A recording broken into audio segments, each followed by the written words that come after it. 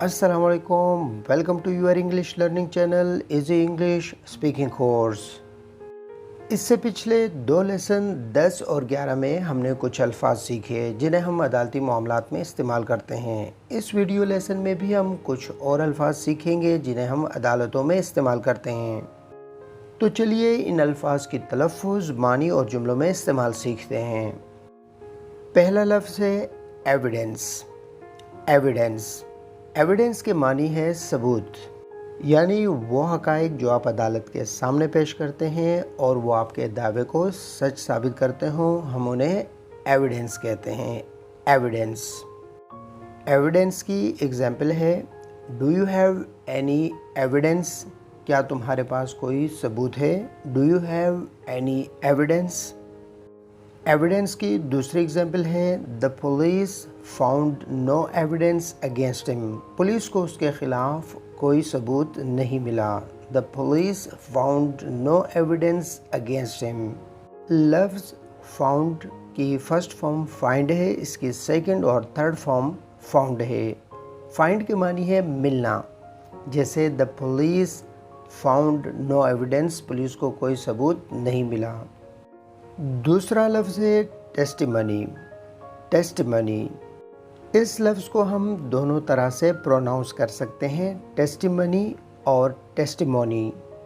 दरअसल बरतानवी इंग्लिश में हम इसे टेस्टिमनी प्रोनाउंस करते हैं और अमेरिकन इंग्लिश में इसे हम टेस्टिमोनी। दोनों तलफ़्फ़ुज़ दुरुस्त हैं, आप इन्हें अच्छी तरह से नोट कर लें।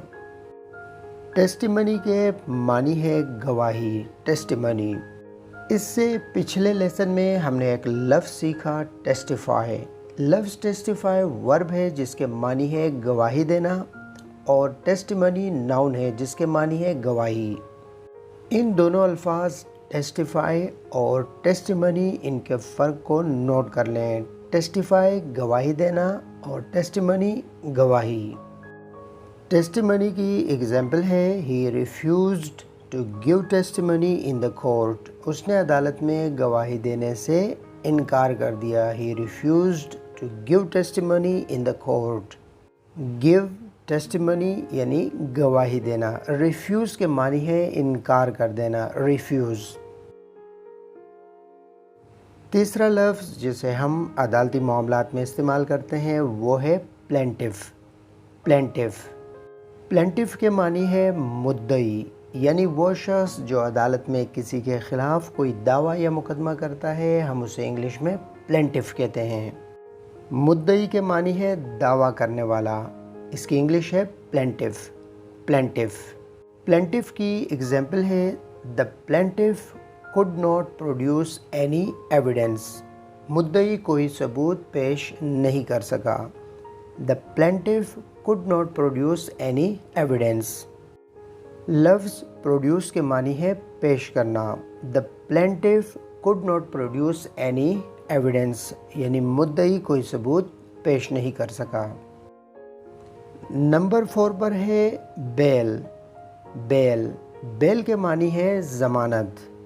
इस लफ्ज़ को हम सेंटेंस में इस्तेमाल करते हैं the court granted his bail. अदालत ने उसकी ज़मानत मंजूर कर ली। The court granted his bail. और अगर अदालत किसी की ज़मानत मंजूर नहीं करती तो हम ग्रांट की जगह रिफ्यूज़ का लफ्ज़ लगाएंगे, जैसे the court refused his bail. अदालत ने उसकी ज़मानत मंजूर नहीं की। The court refused his bail. Bail की एक और एग्जाम्पल है he was released on bail. उसे ज़मानत पर रिहा कर दिया गया। He was released on bail. लफ्ज़ रिलीज़ के मानी है रिहा कर देना, आज़ाद कर देना। He was released on bail. पांचवा लफ्ज़ जिसे हम अदालती मामलात में इस्तेमाल करते हैं वो है डिफेंडेंट। डिफेंडेंट डिफेंडेंट के मानी है मुद्दा अलैह, यानी वो शख्स जिस पर अदालत में कोई दावा किया गया हो या मुकदमा किया गया हो। इससे पहले हमने एक लफ्ज़ सीखा प्लेंटिफ। प्लेंटिफ के मानी है मुद्दई यानी दावा करने वाला, और डिफेंडेंट के मानी है मुद्दा अलैह यानी जिस पर कोई दावा किया गया हो। लफ्ज़ डिफेंडेंट बना है डिफेंड से। डिफेंड के मानी है दिफा करना। इस तरह से डिफेंडेंट के मानी हुए अपना दिफा करने वाला। चूँकि उस पर प्लेंटिफ की तरफ से दावा होता है और डिफेंडेंट ने उस दावे का दिफा करना होता है। डिफेंडेंट की एग्जाम्पल है the defendant was proved innocent. मुद्दाअले बेगुनाह साबित हो गया, यानी वो शख्स जिस पर दावा किया गया था वो बेगुनाह निकला। The defendant was proved innocent. Innocent के मानी है बेगुनाह। आखिरी लफ्ज़ है अक्यूज्ड। अक्यूज्ड अक्यूज्ड नाउन है और इसके मानी है मुल्ज़िम। अक्यूज्ड कहते हैं उस शख्स को जिस पर किसी जुर्म का इल्ज़ाम हो। अक्यूज्ड। अक्यूज्ड की एग्जाम्पल है the accused was found guilty. मुल्ज़िम पर जुर्म साबित हो गया। The accused was found guilty. Find guilty के मानी है जुर्म साबित होना। Find guilty.